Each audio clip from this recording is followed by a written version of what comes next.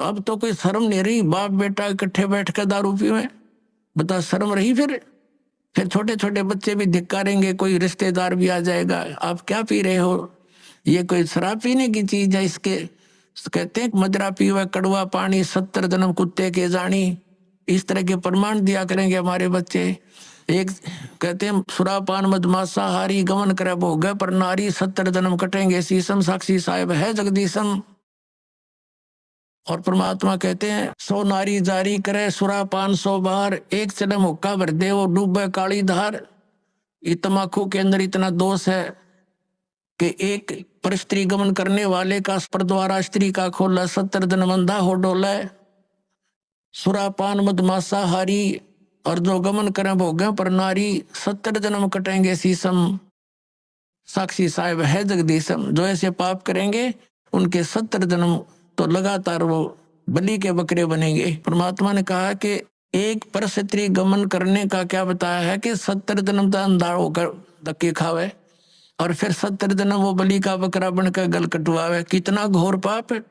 और फिर कहते हैं ऐसे ऐसे 100 नारी जारी करे 100 सुरापान 100 बार, एक चिलम सुरापान, एक बार सुरापान करने का कितना पाप है। मदरा पीवे कड़वा पानी, और 70 जन्म कुत्ते के जानी। जो मदरा एक बार भी पीते हैं 70 जन्म कुत्ते के होंगे। जैसे आप मैं इस मारीची जी के जो महावीर जैन के जीव की कथा सुनते हो, 60 करोड़ बार गधा, 30 करोड़ बार कुत्ता, तो ये इन्हीं दोषों के प्रतिफल में बनते हैं। तो हम गलतियां कर जाते हैं किसी जन्म में, फिर वो लिखे जाते हैं, इकट्ठे होते हैं, फिर वो भोगने पड़ते हैं। तो क्या बताया है, मदरा पीवे कड़वा पानी, शराब पीता है जो 70 जन्म कुत्ते के जानी।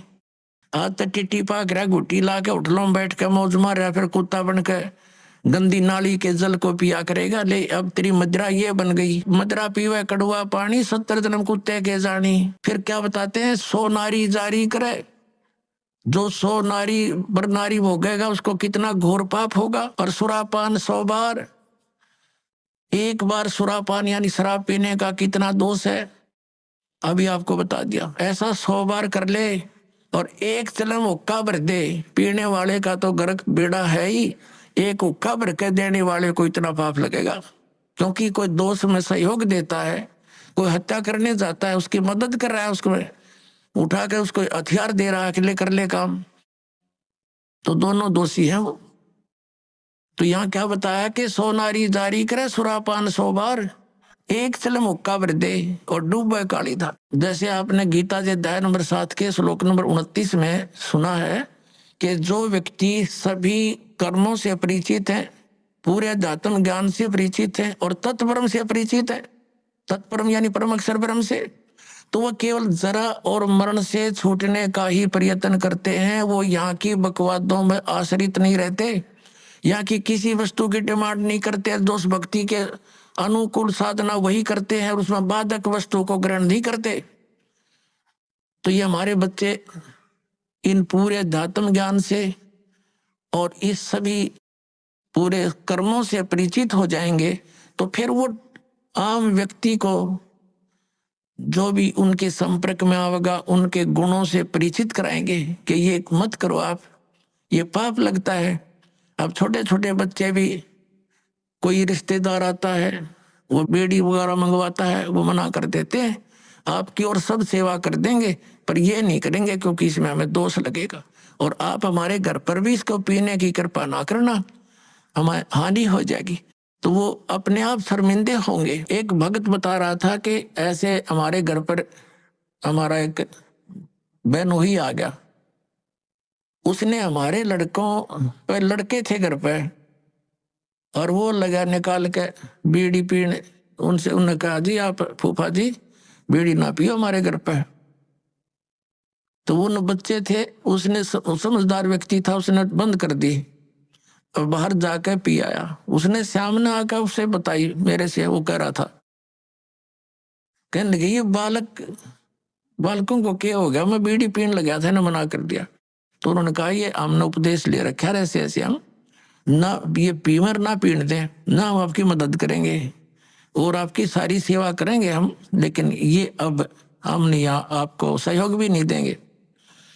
तो रिश्तेदार उसी का नाम होता जो अनुकूल हो जाना तो दुश्मन है वो आपका। तो उन्होंने बोला जी कोई बात ना, अगर आपकी ये बात है तो मैं आप आज के बाद आपके घर में बीड़ी ना लाऊं और ना पीऊं। तो वो दूसरा भाई था, वो नाम नहीं ले रहा, वहां अपना जाके तो उसने पीना खाना था कराया, बाकी आके सो गया हमारे पास, रोटी खा ली, कोई बात नहीं। फिर वो गया हुआ था किसी कारण से कहीं पर, वो ही कहीं दूसरी रिश्तेदारी में। वो कह रहे थे कि हम ऐसे ऐसे वहां जाएंगे, तू भी चलेगा कि? तो वो खुद कह रहा था हमारा बहनोई कि वहां जाओ तो भाई अपना बीड़ी माचिस बाहर धर दियो, यानी खुशी के उसने कोई उलाहना नहीं दिया, बल्कि उनको आगाह किया कि वहां लेके मत जाना, उड़ा नहीं बढ़न देंगे तुमने बीड़ी माचिस समेत।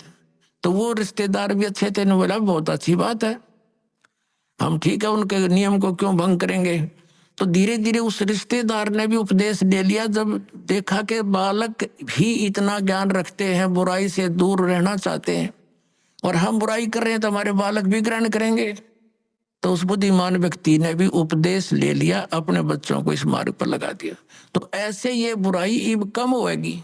और पहले हम क्या करते थे, जब हम छोटे छोटे थे, हमारी बहनों के बटेऊ आते थे बहनोई, तो हमारी स्पेशल सेवा लगाई जाती थी कि इनकी चलम ठंडे नहीं होनी चाहिए, ना तो बेइज्जती हो जाएगी, यानी इनका हुक्का इतना प्यारा है, ये कंध्याड़ बैठे रहियो स्पेशल। बताओ, एक तो उनको दूना नरक में ठोक्या करते, अरे हम उनने कहा हाथ जोड़ कर ना जी, ना पीवा ना पीने दिहाड़। तो उनको भी विवश होना पड़ेगा सोचने इस बुराई को छोड़ने के लिए। तम्बाकू शराब ये कोई खाने पीने की वस्तु है, बकवास लपेट ली चौगर देकर अपन आत्मा। इस प्रकार अब ये पूरे विश्व में एक अच्छी लहर दौड़ेगी, विकार रहित होंगे, और जो माया जोड़न की दौड़ लाग रही पुण्यात्मा या कति खत्म होएगी ज्ञान के आधार से।